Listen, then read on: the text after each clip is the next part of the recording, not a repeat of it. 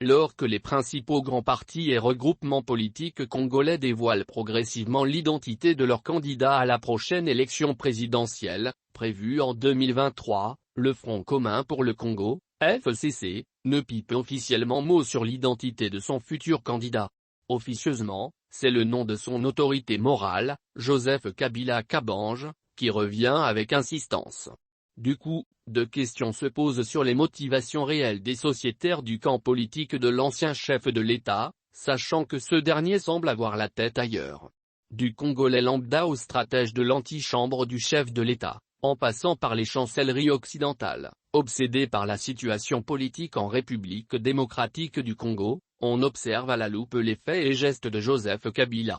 La presse internationale lui prête des intentions de rebondir, pour tenter de récupérer l'impérium qu'il a cédé, au terme de la première passation pacifique et civilisée du pouvoir en 2019, à son successeur Félix-Antoine Tshisekedi Tshilombo. Des médias locaux, nostalgiques de son régime qui éjectait de l'argent dans la presse, attendent son retour dans l'arène politique comme un classique au Barça Real de Madrid. Égal à lui-même, Joseph Kabila reste aisé dans ses fermes de Kingakati et du Katanga, d'où il ne fait que de rares déplacements privés. Chacune de ses apparitions publiques fait la une de l'actualité. Ses sympathisants qui se recrutent aussi parmi les déçus du régime de Tshisekedi vantent sa prétendue popularité, visible selon eux, au travers des badauds qui applaudissent le passage du cortège de l'ancien Raïs. Au Front commun pour le Congo, du moins, dans les rangs de rares dignitaires de l'ancien camp présidentiel encore fidèle à Kabila, c'est lui ou personne comme candidat à la prochaine élection présidentielle. À l'instar de Joseph Kokonyanji, qui ose se prononcer publiquement en faveur de la candidature de l'ex-première dame Olive Lampe Kabila, se font sermonner par leurs collègues. Tous attendent la réaction du boss. Le temps presse. Matata Ponyo, Martin Fayulu, Jean-Marc Cabin, Adolphe Musito.